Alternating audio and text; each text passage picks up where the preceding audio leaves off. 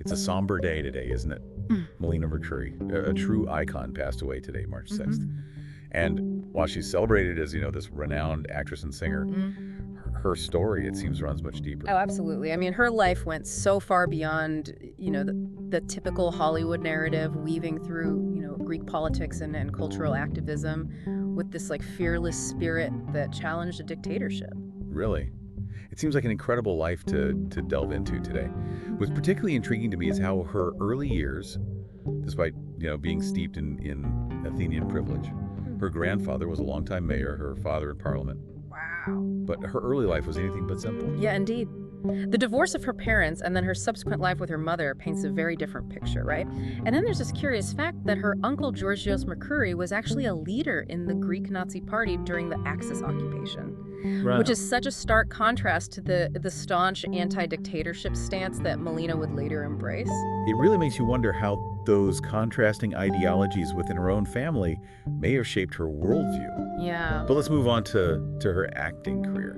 It seems her international breakthrough came with the 1955 film Stella, directed by Michael Kakoyannis, which even earned a Palme d'Or nomination at Cannes. Yeah, and Stella is significant for another reason as well. Well, It's where she met Jules Dessin, her future husband and frequent collaborator, and their partnership would yield some truly remarkable work. oh, very cool. So Never on Sunday, their 1960 collaboration stands out to me.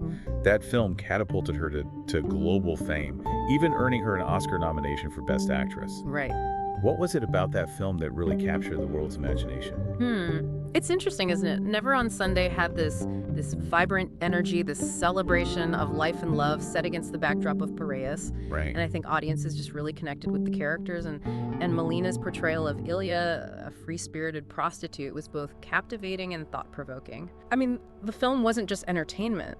It really sparked these conversations about societal norms and women's roles. It seems like she didn't become a one-hit wonder either. Yeah. She went on to star in films like Phaedra Topkapi and Gaily. Yeah, she had range. What always fascinated me, though, is that her talents extended beyond acting. Yeah. Most people don't realize she was also a gifted singer. Absolutely. Hartino de Fengaraki is a classic in Greece. And interestingly, it was originally recorded by Nana Mouskouri, Oh, wow. but Melina's rendition gained significant popularity. And it ties into her role as Blanche Dubois in the Greek production of A Streetcar Named Desire. Right. So the intersection of those talents, I think, is truly remarkable. But her singing career went beyond Greece, didn't it? Especially Yeah. during her time in France when the Greek dictatorship was in power. Yeah, she found a very receptive audience in France. Songs like Athena Maville and Melanaki became quite popular, showcasing, her versatility.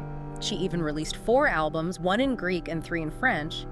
To achieve success in 2 distinct artistic fields like that is truly impressive. It speaks volumes about her talent and drive. But her story takes another compelling turn with her political activism. Yeah. She was vehemently opposed to the Greek military junta that ruled from 1967 to 1974. Right. And she didn't stay silent. No, her actions were incredibly brave. She leveraged her platform to raise international awareness, organizing concerts and marches, meeting with influential figures worldwide. She did all this knowing the risks involved, even facing assassination attempts. I mean, the junta even revoked her Greek citizenship. Wow. Her response to that, I was born Greek and I will die Greek, is so incredibly powerful. Yeah, it really encapsulates her unwavering spirit. It does. And the danger she faced was very real. There was an incident where a bomb was planted in a theater in Genoa where she was scheduled to speak. Wow. It was thankfully discovered before it detonated, but it highlights the risks she took for her beliefs. Really does. Yeah. She was a very courageous person. Yeah. So. It's really a testament to her courage, when you consider how easily she could have chosen a life of comfort and privilege. Right. But Melina's silence wasn't an option for her. Yeah. And her activism actually really paved the way for an incredible political career. When democracy was restored in Greece, she didn't hesitate to dive right in. She became a member of parliament for the PASOK party. That's quite a transition from the world of art and performance to the complexities of politics. It is.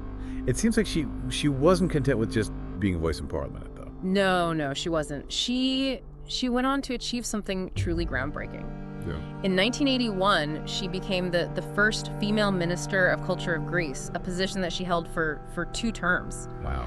And she later returned to the role in 1993, demonstrating her her enduring commitment to Greek culture. Wow, that's amazing. What's particularly fascinating is how she used her position to not only preserve Greece's rich heritage, but to also champion its place on the global stage.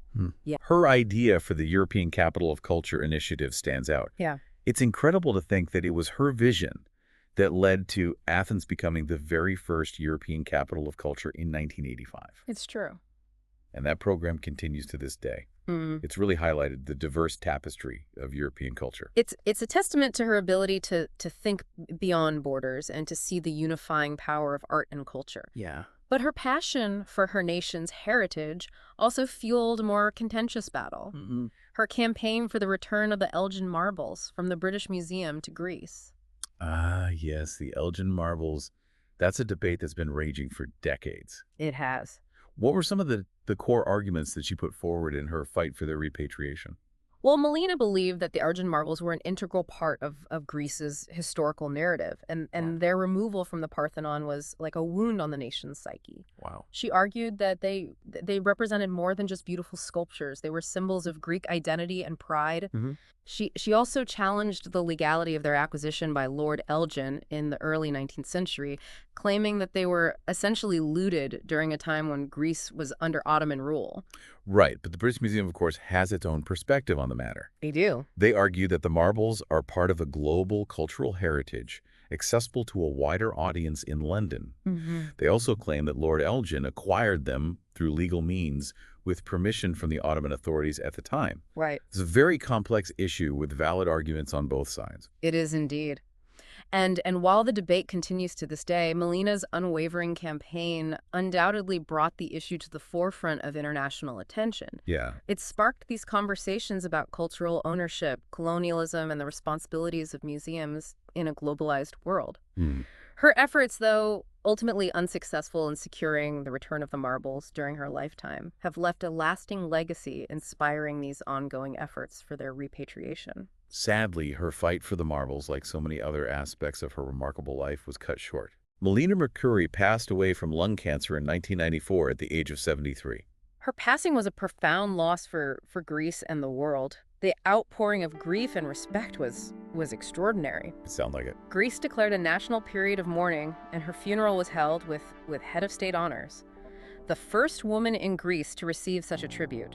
That's quite a testament to her impact, wouldn't you say? I would. From the silver screen to the political arena, she really left her mark on so many facets of Greek life and beyond. Yeah, what's particularly touching is how deeply she connected with everyday people. Yeah. It said that people placed packs of her favorite cigarettes on her grave as a personal tribute. That's amazing. And the crowds that accompanied her to her final resting place in Athens were immense. Yeah. Her passing wasn't just a national event either. International leaders sent condolences, and Broadway theaters in New York, recognizing her contributions to the stage, dimmed their lights in tribute. Wow. That's an incredibly rare honor for a foreign actress, isn't it? It is. It reflects the profound global impact she had through her art and activism. Melina Mercouri's life story is one of defiance, creativity, and unwavering passion.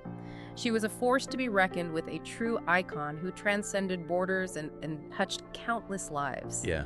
Her legacy continues to inspire, reminding us of the power of one voice to challenge conventions, fight for what's right, and celebrate the richness of culture in all its forms. Yeah, it's hard to fathom the breadth of her accomplishments. She really was a force of nature, wasn't she? She really was. Melina Mercouri just defied easy categorization. You know, she was this captivating actress and a talented singer, a fierce activist, and a pioneering politician. It's remarkable how she excelled in each of these roles. Yeah, it makes you wonder what drove her to pursue such diverse paths. I think it was that unwavering spirit, that refusal to be confined by expectations or limitations. She followed her passions, whether they led her to the stage or the recording studio or the halls of Parliament, and she did it all with this like fierce determination to make a difference. It's true.